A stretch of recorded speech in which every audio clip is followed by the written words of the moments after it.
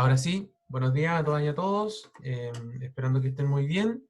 Les cuento que para el día de hoy entonces vamos a seguir viendo contenidos de trigonometría a partir de esta cosa más bien introductoria y sencilla que revisamos la semana pasada. Vamos a estar mirando otras cosas que en términos de gráficas y de aplicar las inversas trigonométricas, que es lo que vimos en los últimos videos. ¿Ya?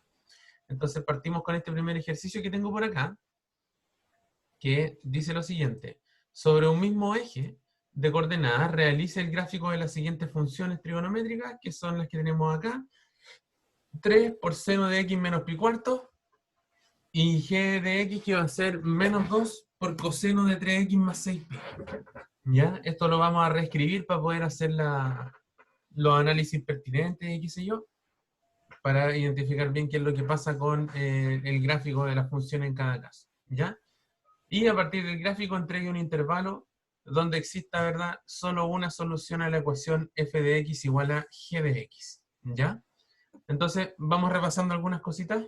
Primero voy a anotar cosas acá directamente y después vamos a pasarnos al GeoGebra para mirar los gráficos con lujo de detalle. ¿Ya? Por ejemplo, aquí yo tengo, vamos a mirar la primera función, que es f de x igual a 3 por seno de x menos pi cuartos. Esta función de acá, si se fijan bien, tiene varios elementos que nosotros hemos visto de las funciones cuando uno les va haciendo distintas transformaciones, ¿cierto? Nosotros partimos de una función fundamental acá, que es la función seno de x, ¿sí?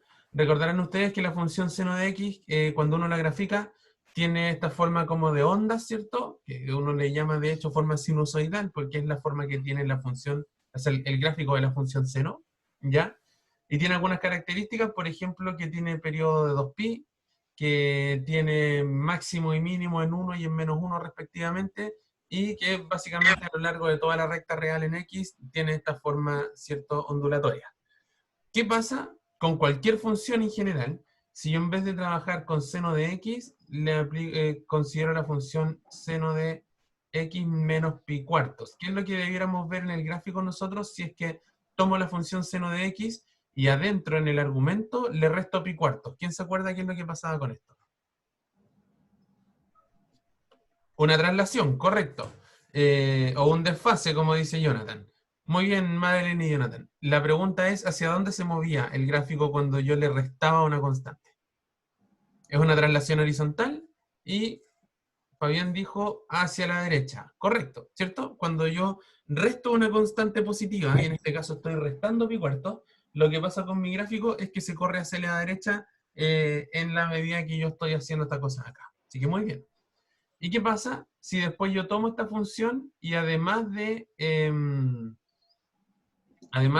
trasladarla en pi cuartos hacia la derecha, yo voy y la multiplico por 3?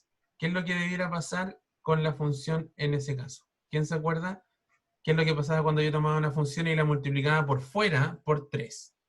No estoy multiplicando el argumento, ¿cierto? Así que lo que estoy haciendo es multiplicar la función. Como dicen Cristóbal y Jonathan, lo que pasa es que se alarga o que los máximos llegan hasta 3 y los mínimos hasta menos 3. ¿Ya? Eso lo vamos a mirar bien en el gráfico ahora cuando estemos mirando en el GeoGebra. Madeline, se altera el periodo de una función cuando yo multiplico por una constante adentro. Por ejemplo, en la función g, lo que está pasando es que yo estoy alterando el periodo de la función. ¿Ya? Lo vamos a conversar ahora cuando miremos la función g en un ratito más. Pero ahora para comenzar, miremos qué es lo que pasa con la función f primero. ¿Ya? Entonces, ¿están viendo el GeoGebra? ¿Cierto? Me parece que estoy compartiendo el gráfico ahora. ¿Me pueden confirmar? Perfecto, gracias. Entonces, partimos de la base, ¿cierto? Que yo voy ahora a grafico la función seno de x y a esa función le voy a ir haciendo los cambios pertinentes para que se convierta en la otra que teníamos por allá, ¿cierto? Lo primero que vamos a hacer aquí entonces es que a x le voy a restar pi cuartos en el argumento y ustedes van a ver que lo que debiera pasar es que esta función de aquí se debiera mover hacia la izquierda, perdón, hacia la derecha en pi cuartos unidades. Y si yo aprieto enter acá, efectivamente lo que pasó es que la función se movió un poquitito para el lado. ¿Sí? Acuérdense que pi vale más o menos 3,14, entonces cuando uno habla de pi cuarto estamos pensando en más o menos algo así como 1,6 partido por 2, estamos mirando algo así como 0,85. Eso es lo que se mueve hacia el otro lado. Si se fijan, antes de aplicar la traslación, yo tenía que seno de 0 valía 0, entonces este punto de acá, cuando yo lo traslado en pi cuartos hacia la derecha, lo que pasó es que se movió desde el 0 hasta aquí, esto es más o menos 0,80 y algo, que corresponde efectivamente al pi cuartos que yo trasladé hacia el lado. ¿Ya? Y si ahora yo tomo esta función y la amplifico por 3 por fuera, lo que va a pasar efectivamente, como nos decía Jonathan, es que esta función como que se alarga con respecto al eje X. Acuérdense que eso es lo que pasaba. Cuando yo multiplicaba una función por fuera, tenía esta especie de estiramiento en el eje X si es que multiplicaba por una constante mayor que 1, y si multiplicaba por una constante entre 0 y 1, lo que pasaba es que la función se achataba un poco con respecto al eje X. ¿Ya? Entonces, esta es la función que nosotros estamos mirando en estas condiciones, ¿ya? Es una función, es la función seno que está trasladada en pi cuartos y además multiplicada por 3 para que se agrande un poquitito más, ¿sí? Esto lo podíamos captar perfectamente en términos de lo que sabíamos antes de traslación y de operaciones de funciones, pero resulta que cuando uno trabaja con funciones de tipo senos o cosenos, uno le pone nombre a cada una de esas transformaciones, ¿cierto?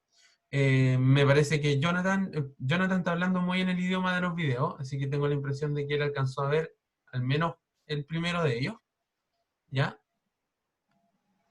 Pero vamos a repasar por acá.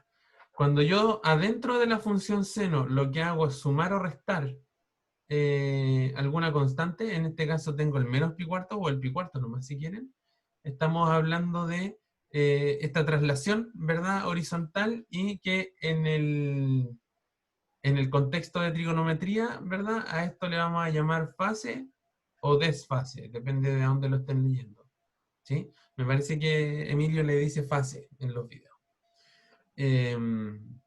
Como les digo, dependiendo del autor puede decir fase o desfase. Y por otro lado, otra operación que puede hacer, que es lo que le hicimos a la función f, es que la amplificamos por una constante, ¿sí? A esto, en términos de trigonometría, le vamos a llamar amplitud. ¿Ya?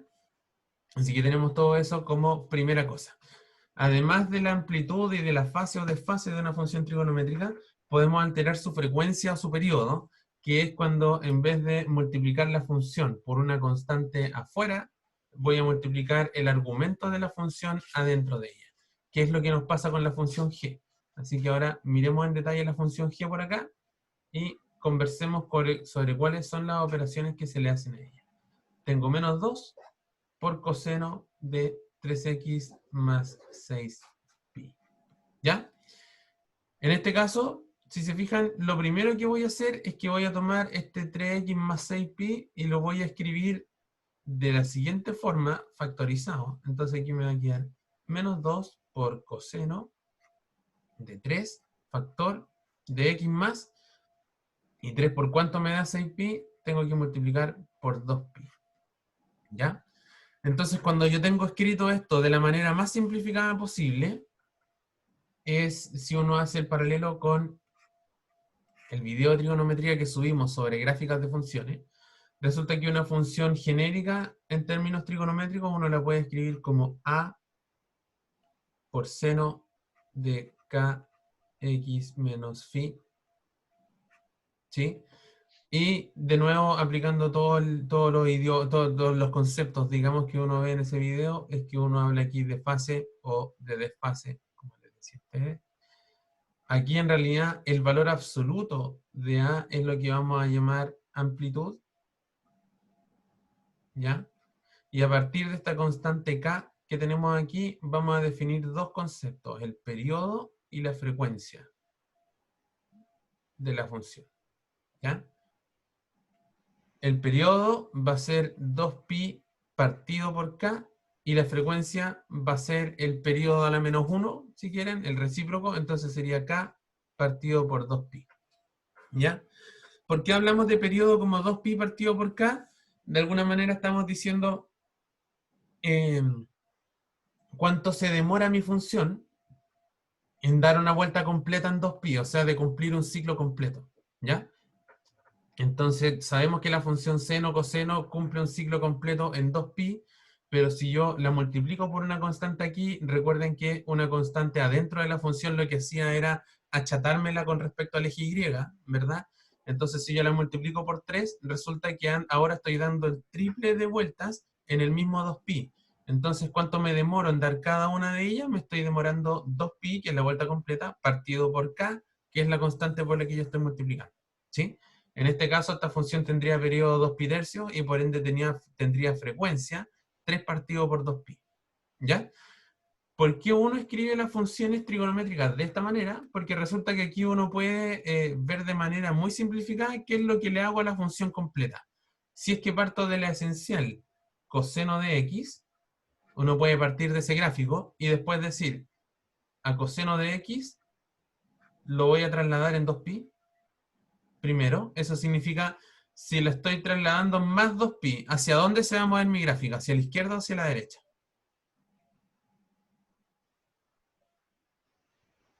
Hacia la izquierda, ¿cierto? Muy bien, porque estoy sumando una constante, entonces me muevo para el otro lado, en vez del caso anterior, que como estaba restando una constante positiva, se me movió hacia la derecha.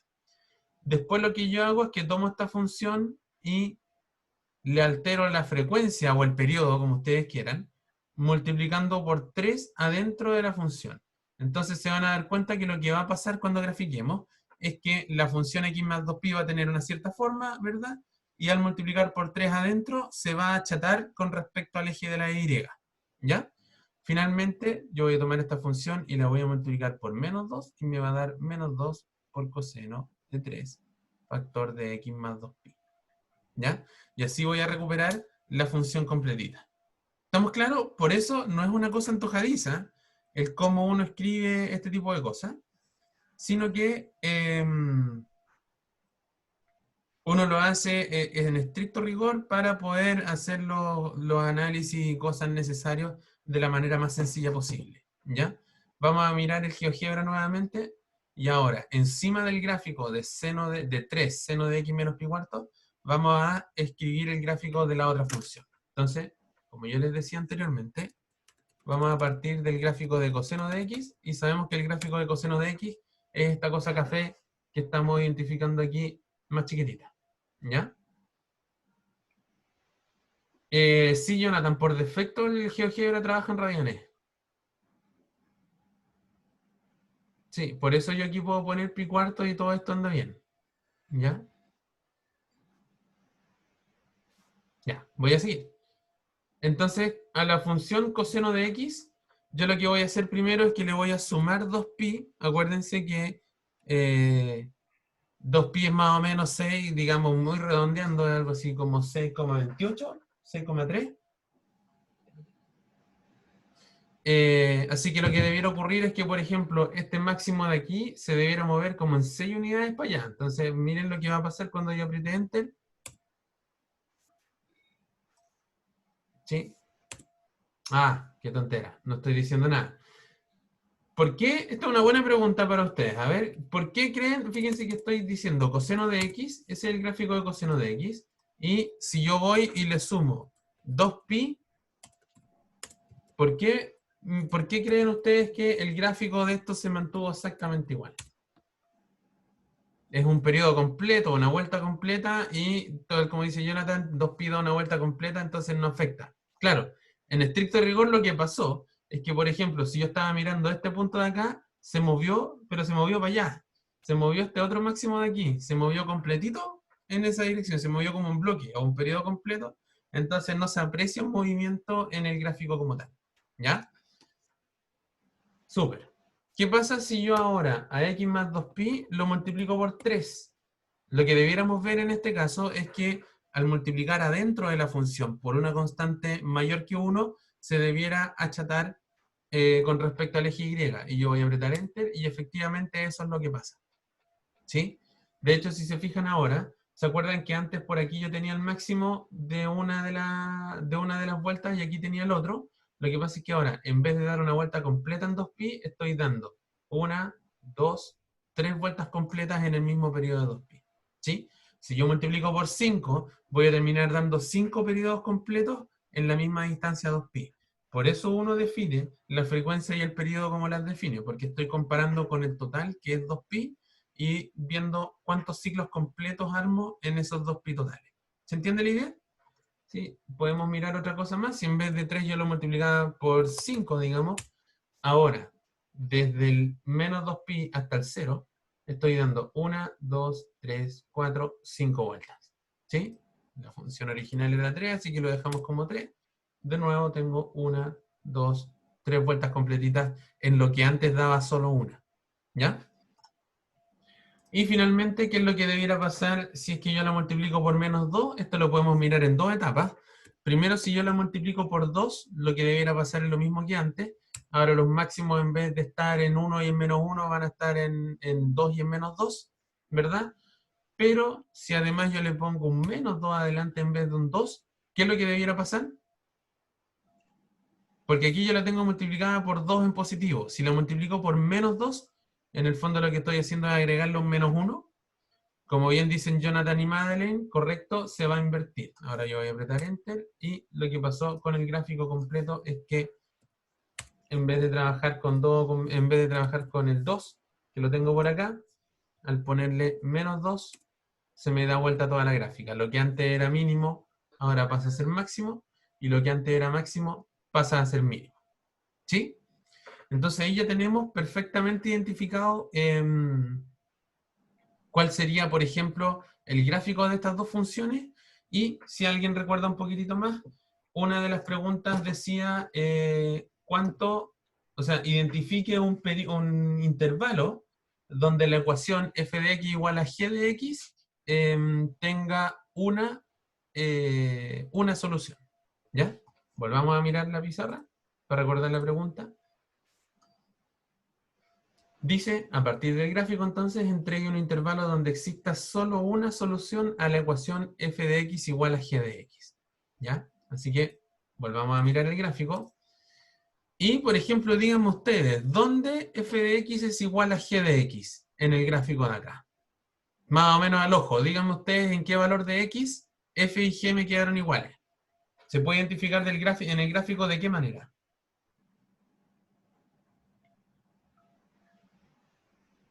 En el menos 3 me dicen ustedes. Ya, perfecto. En el menos 3 yo podría mirar por ahí y tiene pinta de que estos dos son iguales. ¿Sí? En pi me dicen por ahí. Puede ser que esto en realidad sea pi, el punto donde los dos son iguales.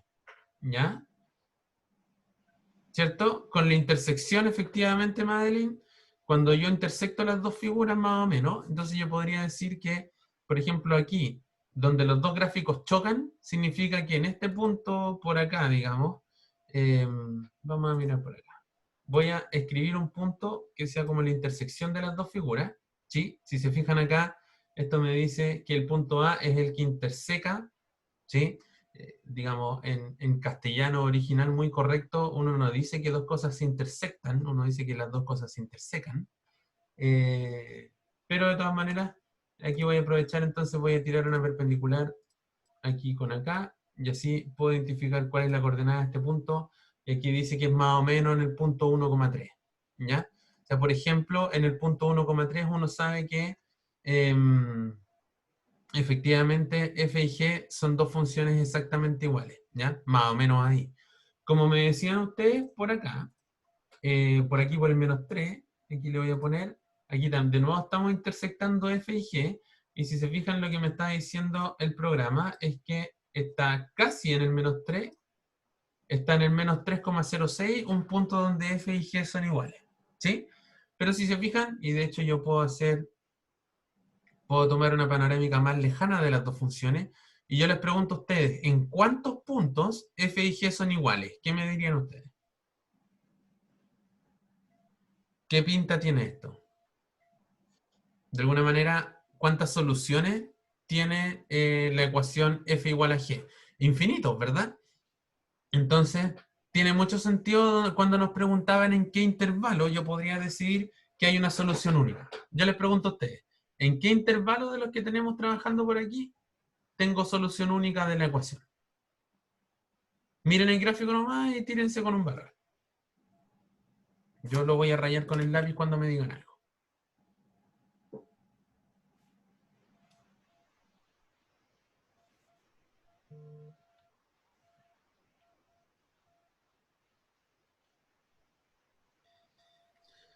No, por ejemplo, si es que yo miro en el intervalo 1,2, si miro estrictamente aquí, solamente chocan los gráficos en el punto A, ¿verdad? Entonces ahí yo tendría una solución única. Si yo en vez de estar mirando toda la recta horizontal, solo miro el intervalo 1,2, tengo un intervalo donde la solución de esta ecuación sería única, ¿ya? ¿Algún otro intervalo que ustedes puedan mirar y decir aquí solo tengo una solución?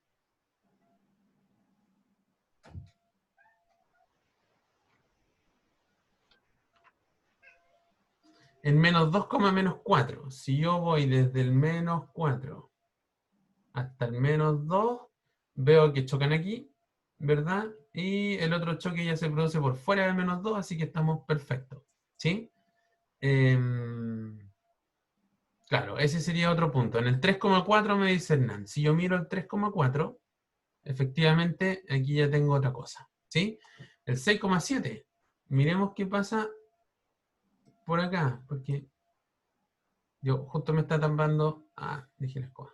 Ya, entonces no lo vamos a mover, pero efectivamente, si yo voy y miro el intervalo 6,7, correcto, en el 6,7 solamente me chocan en este punto de acá. Entonces así uno va identificando distintos intervalos donde estas cosas son iguales, ¿ya? Y donde, digamos, tenemos una única solución para que sean iguales, ¿ya? Y eso era todo con la pregunta 1, ¿ya? Vamos a mirar una última cosa por acá.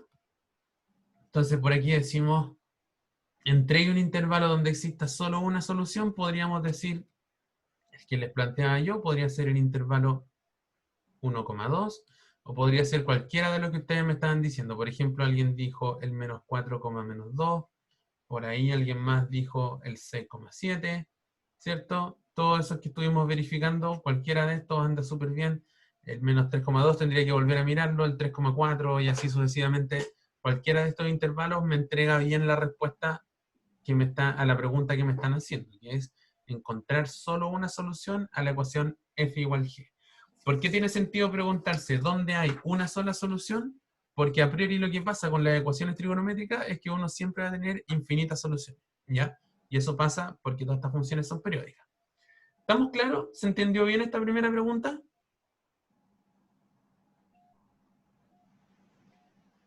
¿Sí? Fabián, Ignacio, Cristóbal, Juan, Antonio, Madeleine, Tomás. Perfecto, muchas gracias. Entonces, vamos a avanzar con la segunda pregunta, ¿ya?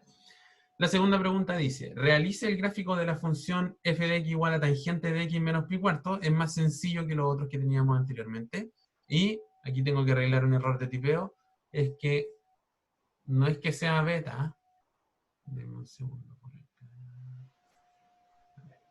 Vamos a tachar esto de aquí. No es que sea alfa, sino que es si beta es una constante real positiva, determine todas las soluciones a la ecuación f de x igual a beta. A partir del círculo unitario, determine la forma explícita de las soluciones en los casos beta igual 1 y beta igual raíz de 3. ¿Ya? Vamos a ir viendo a poquito, vamos a ir conversando hartas cosas porque aquí nos están pidiendo resolver una ecuación que en estricto rigor tiene que ver con los contenidos que vamos a publicar, que vamos a publicar hoy día después de esta clase. Pero aplicando inversas trigonométricas y cosas de ese estilo, nosotros ya sabemos más o menos qué es lo que pasa con las funciones, digamos, con las soluciones de este tipo de cosas. ¿Ya? Primero, hagamos el gráfico de la función tangente de x menos pi cuarto, así que vamos a mirar GeoGebra una vez más. Vamos a borrar todo lo que hay por aquí. Ya, perfecto. Entonces, partimos recordando entonces lo que es el gráfico de tangente de x.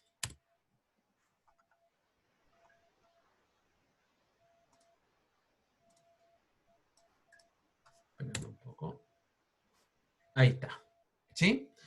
Acuérdense que el gráfico de tangente tiene esta forma que es un poco más rara, porque recordarán ustedes que la tangente se define como seno partido por coseno, entonces tiene un montón de asíntotas verticales que son los puntos donde coseno se hace cero, ¿ya? Entonces, por ejemplo, uno podría mirar aquí. Yo sé que si se fijan por acá en el 1, algo, que de hecho es en, vamos a ponerle x igual a pi medios. Por ejemplo, aquí le vamos a cambiar el color para poder identificar bien estas cosas de acá. Ahí sí. Aquí yo tengo una asíntota vertical de mi función tangente de x, porque cuando uno calcula, si uno quisiera calcular la tangente de pi medios, tendría que decir seno de pi medios, que es 1, partido por coseno de pi medios, que es 0. Entonces, como dice mi indeterminante denominador, es que yo puedo identificar una asíntota vertical, y en este caso nos queda pi medios por acá, y por supuesto, como tangente es una función impar, si pi medio es asíntota vertical, entonces menos pi medios también lo es. Vamos a ponerla por acá, que es la que tengo identificada por aquí. De nuevo le vamos a cambiar el color, por ejemplo ahora le ponemos azul, y efectivamente entre menos pi medio y pi medio yo tengo como todo este periodo completo de la función, ¿sí? La función tangente, a diferencia de seno y de coseno, no tiene periodo 2pi, sino que tiene periodo pi, ¿ya? Lo podemos mirar a partir del gráfico. Eso es para comenzar, pero por supuesto que nosotros no estamos trabajando con la función tangente de x, sino que estamos trabajando con la función tangente de x menos pi cuartos. Entonces la pregunta del millón es qué es lo que va a pasar con esta gráfica de acá cuando yo traslade, digamos, cuando yo reste pi cuartos adentro en el argumento de la función. ¿Qué me dicen ustedes? ¿Qué va a pasar?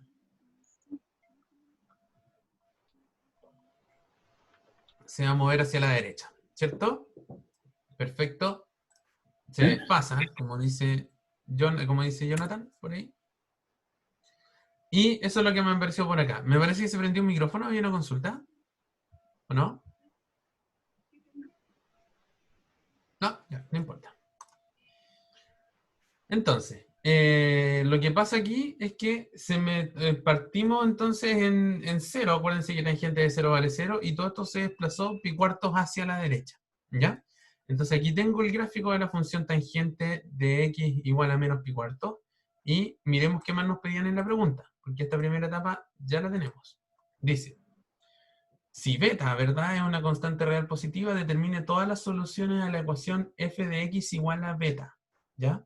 Entonces, yo les pregunto en general aquí. Nosotros definimos en el video que yo les subí la semana pasada, digamos, el que me tocó grabar a mí, es que en general, si yo tengo que la tangente de cualquier cosa, pongámosle tangente de u, digamos, es igual a una constante beta, entonces uno de alguna manera podía despejar el u de aquí adentro si es que hacía qué cosa. ¿Quién se acuerda qué es lo que uno podía hacer para poder sacar lo que estuviera dentro de la tangente? O adentro del seno o adentro del coseno. ¿Qué opinan ustedes? La función arco tangente, correcto, que es la función inversa de la tangente. Entonces, le vamos a poner aquí que estamos aplicando el arco tangente de la función. Y por acá entonces me va a quedar que arco tangente de la tangente de u es igual a la arco tangente de beta, ¿cierto? Y por supuesto, la gracia de hacer esto es que arco tangente y tangentes que se cancelan entre ellas, como tomar raíz elevada al cuadrado o aplicar exponencial y logaritmo, ¿cierto? Entonces esto me va a quedar que u es igual al arco tangente de beta, ¿cierto? Entonces, ¿qué pasa si yo en vez de trabajar con tangente de u igual a beta, me piden evaluar, me piden resolver de alguna manera esta ecuación? Tangente de x menos pi cuartos igual a beta. Uno podría decir, hago la misma cosa, ¿verdad? Aplico arco tangente de ambos lados. ¿A alguien se le prendió el micrófono, chiquillo? Sí, y todos lo estamos escuchando cantar. Da lo mismo, no hay problema. Ya, sí. Fabián ya cachó quién es, así que ni una mala onda con el cantar de Benja, pero ahí lo silenciamos. Ya. Entonces, yo aplico el arco tangente en ambos lados y me va a quedar que el arco tangente de la tangente de x menos pi cuartos tiene que ser igual al arco tangente de beta. ¿Verdad?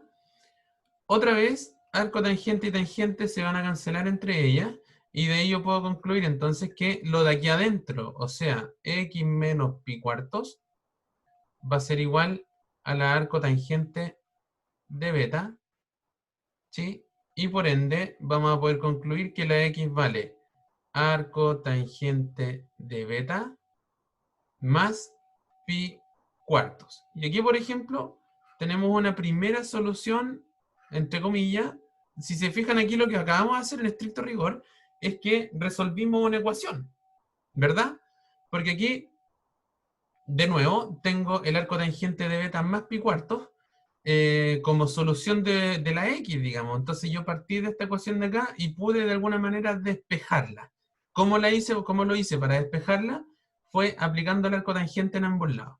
¿Están de acuerdo conmigo? ¿Se entiende bien hasta ahí?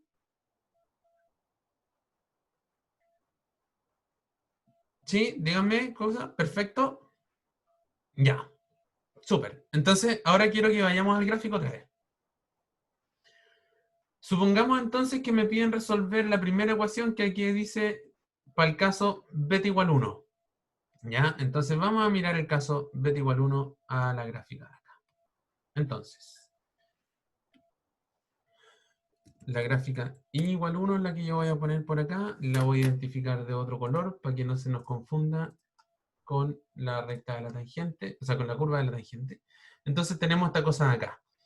De nuevo yo tengo tangente de x, si se fijan aquí, tengo la gráfica de tangente de x menos pi cuartos, y la horizontal es la gráfica de y igual 1, que en este caso es la constante beta igual a 1. ¿Ya? Entonces, por ejemplo, uno puede identificar una solución, déjenme mirar por acá, yo puedo identificar una solución aquí, por ejemplo. ¿Verdad? ¿Todos de acuerdo con eso? ¿Sí? Que en este caso, si se fijan, uno podría decir, tratemos de resolverla aplicando el método que conversábamos recién. Nosotros partimos de la ecuación, voy a rayar aquí mismo el gráfico, partimos de la ecuación tangente x menos pi cuartos igual a beta, aplicamos arco tangente en ambos lados y terminamos concluyendo que x menos pi cuartos tenía que ser igual a la arco tangente de beta, ¿verdad? Y entonces deducíamos que la x tenía que ser arco tangente de beta más pi cuartos. ¿Sí? Y ese más pi cuartos no es casualidad, pues esto es porque se movió hacia la derecha en pi cuartos. Entonces ahí tenemos de alguna manera la compensación por el traslado. ¿Ya? Entonces, ¿qué pasa en el caso particular de cuando beta vale 1, que es lo que yo tengo graficado aquí en azul? Entonces, mi solución pasaría a ser, en este caso, x valdría arco tangente de 1 más pi cuartos. ¿Sí? Entonces, vamos con la memoria, a ver más o menos si alguno de ustedes ha estudiado. La tangente de quién vale 1. ¿Cuánto vale esta arco tangente?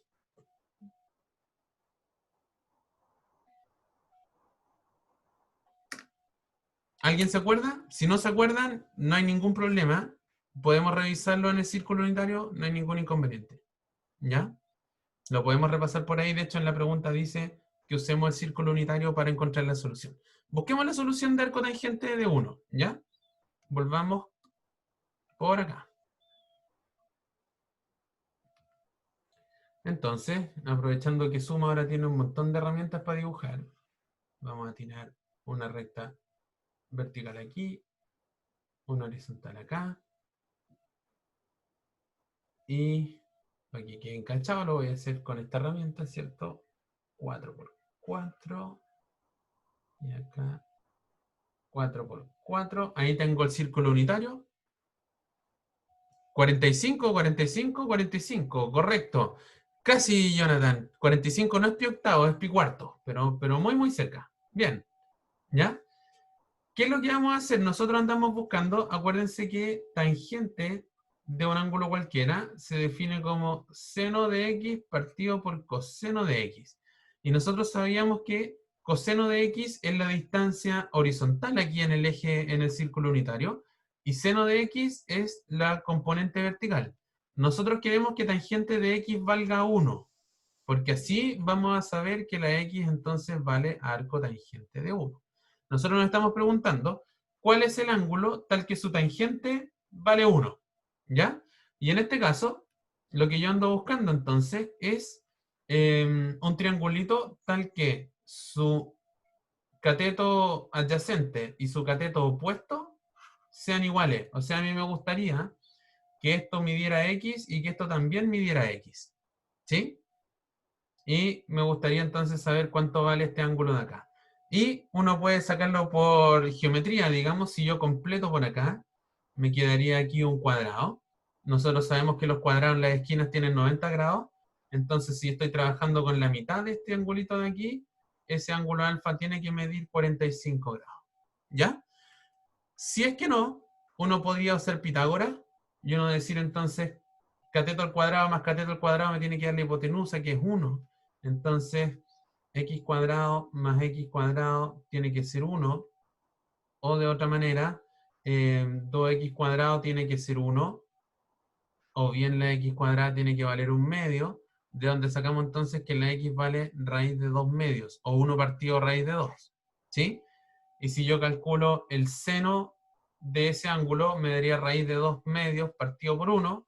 Y nos podemos acordar que el seno que da raíz de 2/2 es 45. De cualquiera de las dos maneras, terminamos concluyendo que el ángulo es 45 o pi cuartos, como decía Jonathan por ahí en el chat. ¿Ya? Entonces, ahora que sabemos que este ángulo de acá es pi cuartos, volvamos a mirar aquí. Vamos por acá. Entonces nosotros sabíamos que nuestra solución, de nuevo, dime nomás, Shakti. Mientras yo termino de escribir por acá, hazme la consulta.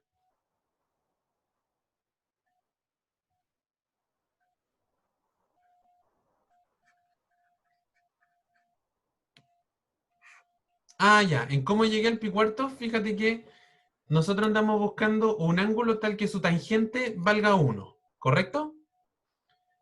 Uno sabe que la tangente es seno partido coseno.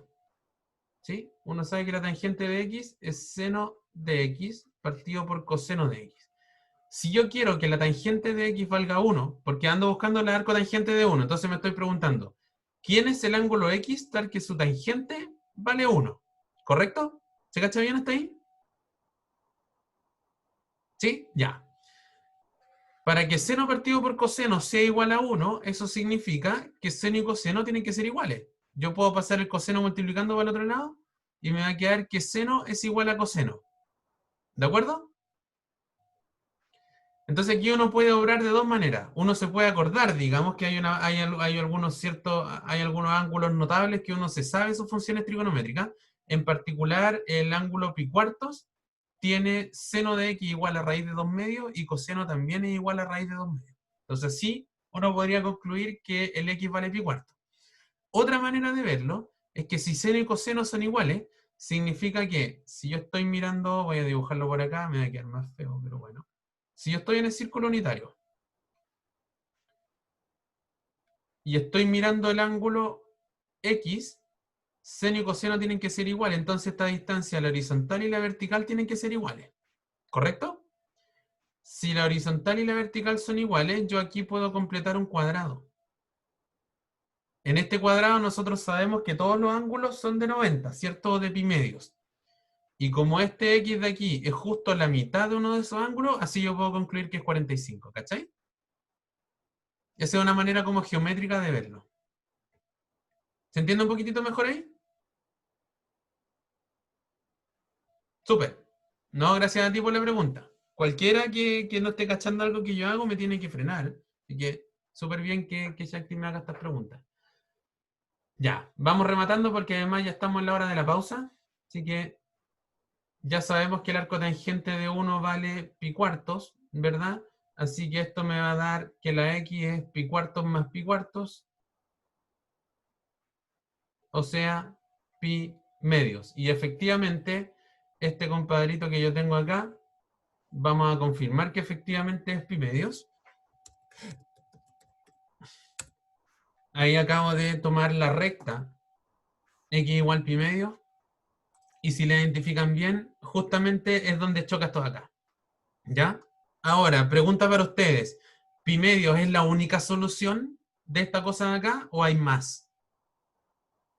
¿Qué otra me podrían identificar ustedes mirando el gráfico? ¿Dónde más choca la recta horizontal azul con el gráfico de tangente? ¿Qué dice el público?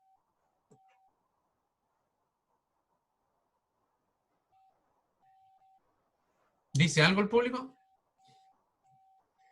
Es casi cada 2pi.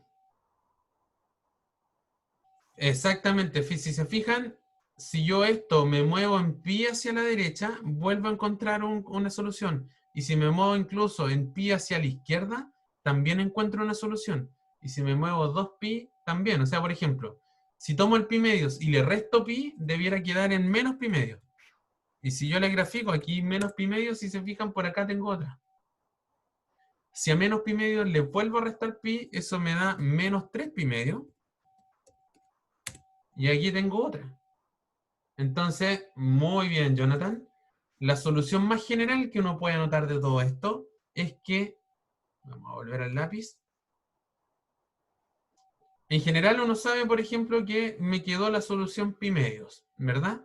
Entonces, esta x sería pi medios, pero yo me puedo mover en pi hacia la derecha o me puedo mover en pi hacia la izquierda.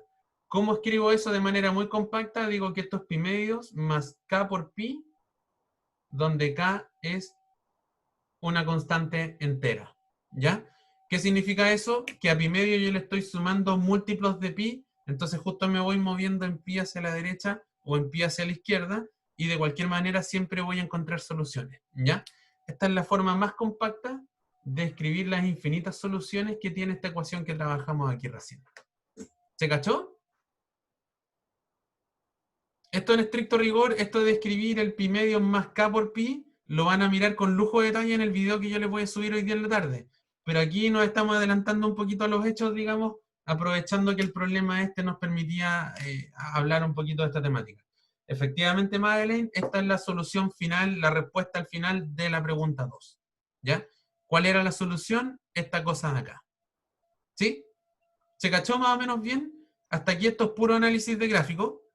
No tiene materia como de ecuaciones trigonométricas todavía, sino que era una aplicación, en el fondo, lo que hicimos aquí fue aplicar la función arco tangente. ¿Ya? ¿Se cachó? ¿Estamos bien? ¿Sí? ¿Alguien más que Madeline? Súper, Antonia, muchas gracias. Súper bien, Fabián. Sí, Jonathan, muy bien. Llegó muy bien estudiado hoy día, Jonathan. Entonces, ya pues, vamos a ya llevamos un poquito más de media hora de clase, así que ahora vamos a hacer la pausa de rigor para dejarlos con un poquito de música, para que se estiren, digamos, estiren las piernas, descansen un ratito, y después retomamos en 15 minutitos más, ¿ya? Ahora está más variada la música de hoy día, ya empezaron a llegar cosas más como de ustedes, así que me quedo callado un rato y Rompe la conversamos en grabación. unos segunditos. Ah, cierto, cierto, voy a parar la grabación. Entonces, terminada la pausa, bueno, nos quedan 2 clases más si la memoria no me falla, así que eh, todavía alcanzan a mandar algunas de sus canciones. Y ya me llama la atención, a lo mejor fui yo el que puso música vieja el primer día y como que ustedes me han estado mandando pura música vieja. Pero manden cosas de lo que escuchan en el diario vivir, ¿no? Así como, para que, la idea es que esto sea para ustedes, no para mí, ¿ya? Así que hago esa invitación para que aprovechen los últimos días, las últimas pausas para que alcancen a meter algún otro tipo de canción. Ya la próxima semana queda un poquito más variado, así que lo puse en el chat. Dame un segundo, Cristóbal. Eh, eh, eh, eh. Está en el foro de Campos de todas maneras también, pero ahí va. Ahí pueden poner más música. ¿Ya? Yo los voy poniendo estrictamente en el orden que van llegando, ¿ya? Así que no se quejen conmigo de la música que aparece. Hoy día fue como todo muy relax, salvo la última, pero está bien, pues, también vale la pena disfrutar así la música.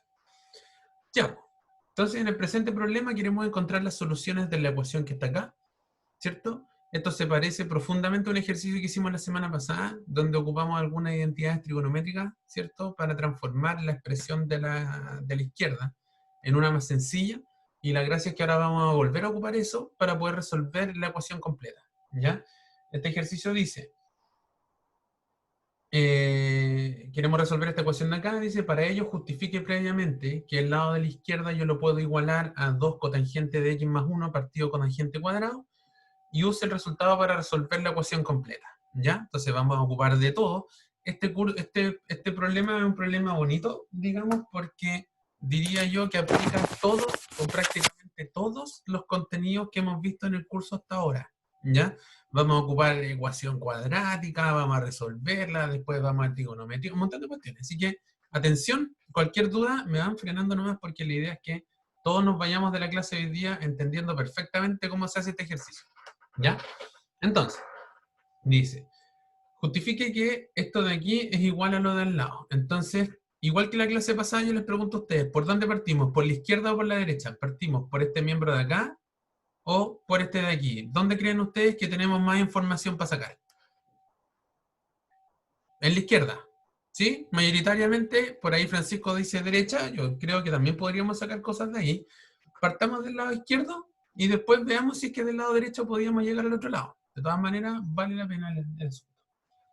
Entonces, partamos del lado izquierdo, que fue el que votó la mayoría. Seno de x partido coseno más tangente de x partido cotangente de x más secante de x partido cosecante. Esto sería, aprovechemos, fíjense que nosotros queremos transformar esto en puras cotangentes, ¿ya? Así que lo primero que voy a hacer es que voy a transformar todo lo que tengo aquí como en idioma de puras tangentes, porque después cambiarme de tangente a cotangente es bien fácil, ¿por cierto? Doy vuelta a las expresiones. Acuérdense que nosotros sabemos que la cotangente es 1 partido a la tangente, así que basta que yo haga aparecer tangentes para que las cotangentes empiezan a aparecer gratis, digamos. ¿Ya? Entonces, seno partido coseno, evidentemente yo lo puedo simplificar, ¿cierto? Seno partido coseno, ¿quién era? Para escribirlo de manera más sencilla en términos trigonométricos. Tangente, muy bien. Esto es tangente de x.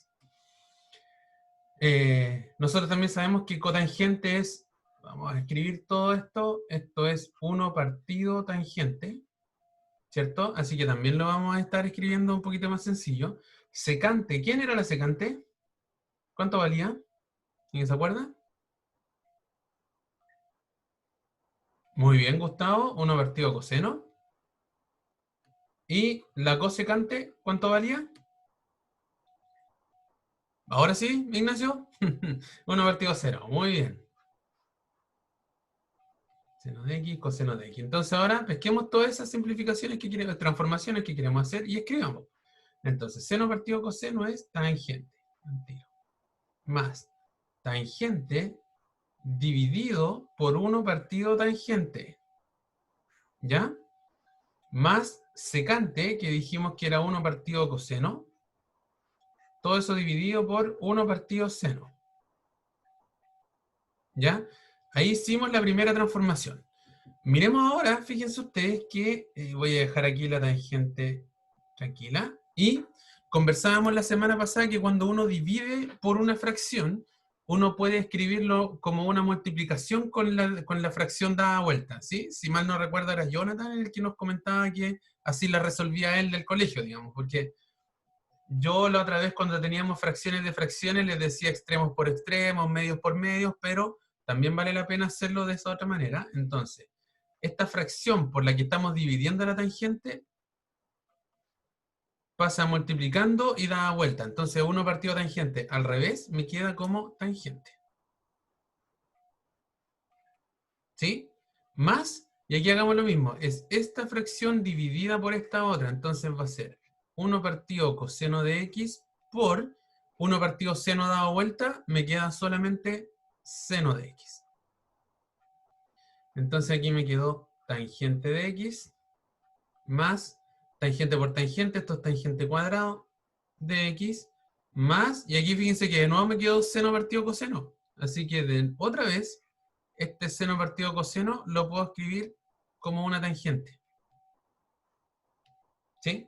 Así que esto es más tangente de x. Y vamos en resumidas cuentas, tangente más tangente, juntémosle al tiro, 2 tangente de x más tangente cuadrado de x. ¿Ya? Ahora que tenemos las tangentes, traspasémonos a cotangentes, porque nosotros queremos probar que esto es igual a esto de acá. Así que todavía tenemos que hacer las transformaciones pertinentes.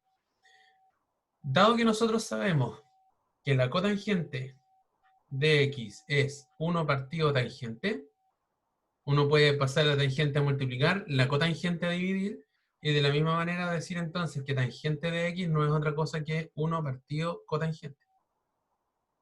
¿Cierto? Así que podemos reescribir esta expresión de acá, donde dice 2 tangentes, lo voy a escribir 2 por 1 partido cotangente, así que me va a quedar así, cotangente de x, más tangente cuadrado, que yo puedo escribir como 1 partido cotangente cuadrado de x. ¿Me van siguiendo bien hasta ahí? Porque aquí ya estamos listos, ahora me queda sumar las fracciones y ya está, vamos a terminar la primera parte del ejercicio. ¿Se entiende? ¿Hay alguien perdido hasta acá?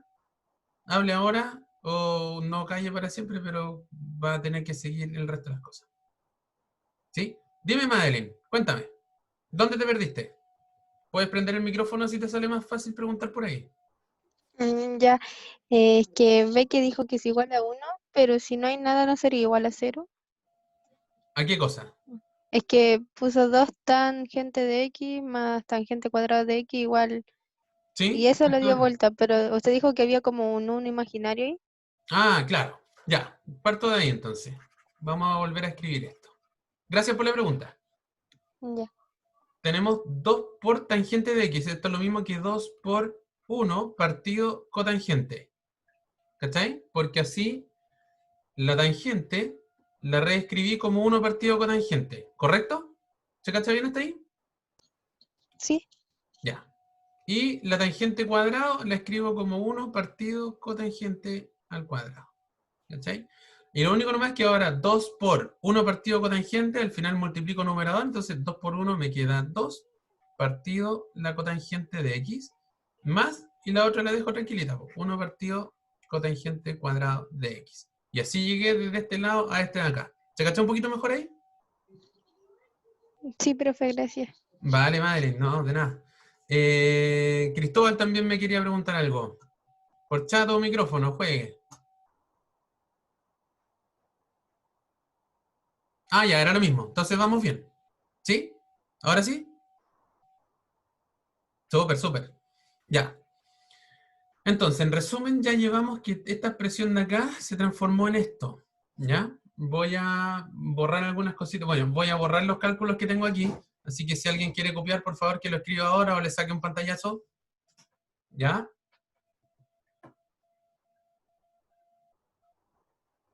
Ya, voy a resumir. Entonces tengo que borrar todo esto, pero nosotros ya llevábamos, con todo el desarrollo anterior, ya sabíamos que seno de x partido coseno más tangente partido cotangente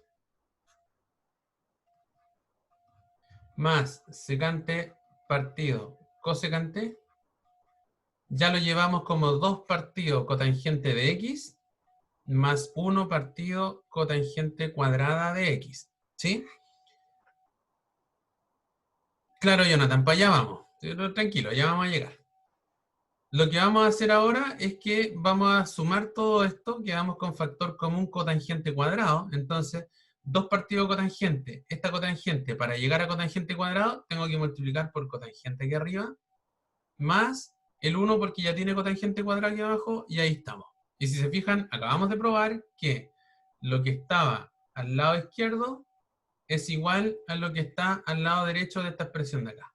Y ahí terminamos una primera etapa del ejercicio. ¿Se entendió bien? Esto es muy similar a lo que hicimos la semana pasada. De hecho, yo diría que este mismo ejercicio lo hicimos la semana pasada. Pero valía la pena que nos acordáramos cómo se resolvía. ¿Todos claros hasta aquí? ¿Sí? Díganme algo por el chat. Perfecto. Muchas gracias. Llegaron todos los sí juntos. Se me olvida que de repente, cuando todos escriben al mismo tiempo, se demora un poco en llegar. Entonces, fíjense que nosotros teníamos la ecuación de que esto era igual a menos 1. Pero acabamos de probar que esta expresión de acá es lo mismo que esta expresión de acá. Entonces, la ecuación original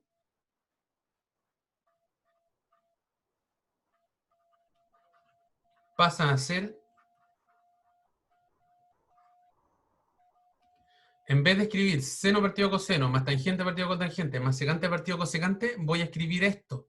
Entonces, la ecuación original, vamos otra vez, seno partido coseno, más tangente partido cotangente, más secante partido cosecante, igual a menos 1, la voy a transformar en esto de acá. 2 cotangente de x más 1 partido cotangente cuadrada de x igual a menos 1. ¿Por qué hago el cambio? Porque nosotros acabamos de demostrar que esto y esto son iguales. Entonces, si esto vale menos 1, esto también tiene que valer menos 1. ¿Se cachó? Y así nos cambiamos a una ecuación que por lo menos tiene menos términos. Así que vamos a poder resolver de manera un poquitito más sencilla. ¿Ya? ¿Cómo lo vamos a hacer? Resulta que ahora yo lo único que les voy a hacer ahora es que esta cotangente cuadrada que está aquí la voy a pasar multiplicando al menos 1 ahí arriba. Entonces me va a quedar 2 cotangente de x más 1 igual a menos cotangente cuadrada de x. ¿Ya? Voy a borrar por acá arriba lo que demostramos originalmente.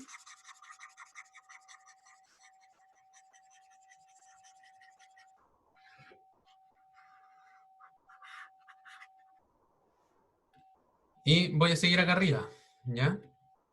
Si yo sigo con esta ecuación por acá arriba, voy a pasar la cotangente cuadrada que está negativa, la voy a pasar positiva para el otro lado. Entonces me va a quedar cotangente cuadrado de x más 2 veces cotangente de x más 1 igual a 0. ¿Ya? ¿Por qué hago esto? Porque ahora, si se fijan, tengo una especie de ecuación cuadrática para el caso de la cotangente, ¿cierto? Si la cotangente fuera mi incógnita, que de hecho lo es, cotangente de x es mi incógnita, como que tengo una ecuación cuadrática aquí. ¿Se acuerdan que hace un tiempo atrás, cuando calculamos la inversa del seno hiperbólico, hicimos un cambio de variable y dijimos que u iba a ser la exponencial de x y se nos armó una cuadrática? ¿Ya? Lo que voy a hacer ahora es lo mismo. Voy a definir una variable nueva que le voy a poner u, que va a ser igual a la cotangente de x. ¿Por qué? Porque así mi ecuación va a pasar a ser cotangente cuadrado, o sea, u cuadrado, más 2 cotangente, o sea, 2u más 1 igual a 0. ¿Sí? Y ahora esto se me transformó en una ecuación cuadrática que nosotros sabemos resolver hace rato, ¿o no? ¿Me siguen hasta aquí? Súper. Entonces, ahora que tengo esta cuadrática aquí, de hecho, varios de ustedes podrían identificarlo. Aquí hay un cuadrado perfecto. ¿Quién es este compadre de acá?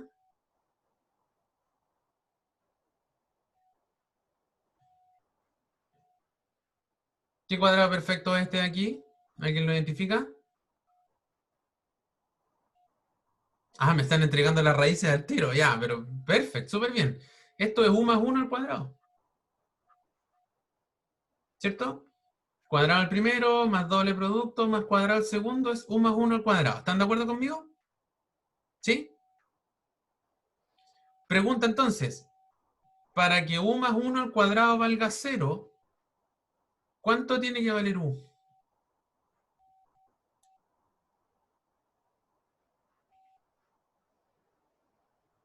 Tiene que valer menos 1, fantástico. La u tiene que valer menos 1, entonces uno dice, ya, resolví el problema, u vale menos 1, pero u no era nuestra incógnita. Nuestra incógnita era cotangente de x. Pero si la u vale menos 1, entonces esto es lo mismo que decir que cotangente de x valga menos 1. ¿Sí? Cotangente no sabemos trabajarla, así que transformémosla en algo conocido. Nosotros sabemos que la cotangente es 1 partido tangente. Y eso tiene que valer menos 1, ¿cierto? Entonces puedo pasar la tangente a multiplicar, el menos 1 a dividir, y me va a quedar que la tangente de x tiene que ser igual a 1 partido menos 1, o sea, menos 1.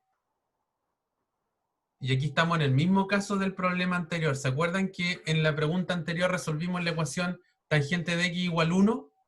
Ahora tenemos que resolver la ecuación tangente de x igual menos 1. ¿Quién se aventura? ¿Cuánto vale la x?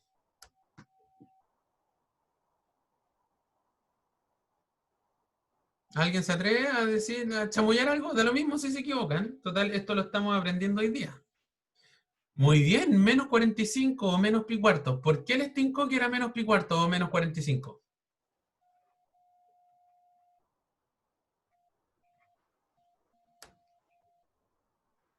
Porque el 45 era en positivo y tangente es una función impar. Pues está muy bien. ¿Sí? Exactamente. Muy bien. Ese es el argumento completo. Ya, pues. Pero de antes conversamos que a esto le falta un poquitito para hacer la ecuación, el resultado final, finalísimo. ¿Qué le falta a esto? Una cuestión que le sumamos delante con un K. Súper bien, Jonathan. Esto es lo mismo más K por pi. ¿Sí? Pero ese más K por pi ya es así como de elegancia completa. Por hoy día bastaba y sobraba con que me dijeran menos pi cuarto. Pero si eso yo además le sumo el más K pi, le estoy encontrando todas las infinitas soluciones a la ecuación. ¿Sí? Perfecto, pues chiquillos. Terminamos aquí con esto. Son justo las 10, me parece. Justo las 10. Yo traía preparados otros 2 ejercicios, pero se los voy a subir resueltos también para que lo terminen de mirar. ¿Ya? ¿Se cachó bien cómo se hacía este ejercicio de acá?